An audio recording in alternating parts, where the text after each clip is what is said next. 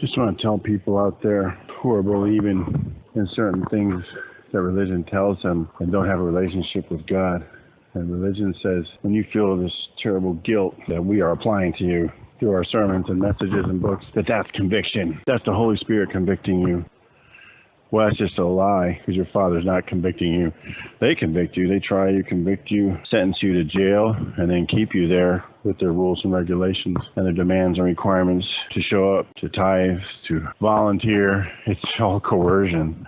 It's all through these lies, through these little trick languages they use when they use words like conviction. That has nothing to do with God. Your God is there to tell you how much He loves you and how much He wants to help you to learn things, to figure things out, to be transformed by Him, not by some building denomination, so-called holy man, teacher, woman, the things that religion offers, which is not even a shadow anymore. At least the law of Moses offered a shadow of what was come, but modern day religion offers a counterfeit that is a total lie.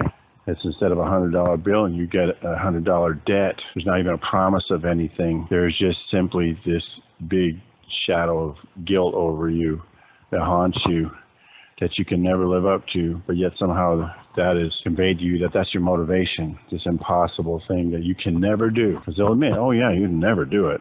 But you just are supposed to try the rest of your life to obey and be just like God, just like the devil told them in the garden. Of course, they don't put it that way. They say, be just like Jesus, because Jesus was a man, right? So you can be like that. You can be exactly like Him. And the lie of religion persists, and it is so pernicious in its plan, in its devilish plan to enslave you. So that word conviction, I would just end this on, I thought about conviction. That's what they are the ones convicting. The churches, the denominations, the holy men so-called and the holy buildings so-called are trying you, convicting you, and sentencing you to jail.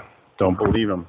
That's not what God is telling you. God, He says, you're free in His Spirit. God spoke to Paul and He said, stand fast therefore in the liberty wherewith Christ has made you free, and be not entangled again with the yoke of bondage. Yoke of bondage is law.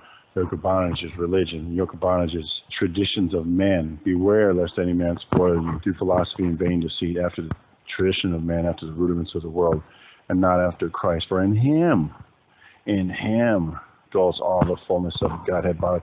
Not in a church building. In Him dwells all the fullness. And if He lives in you, then you are the church building. You are the church building, to put it in modern terms. They'll say, oh yeah, you're the temple of God, right? But you need to come to this building. You need to come to this holy place where the statutes are observed, where the ordinances are taught and obeyed. Lies, all hatred of God, all carnal, all flesh, all pagan. That's what you're being taught in church buildings. It's absolute hatred of and for God and you. And enslavement has nothing to do with freedom.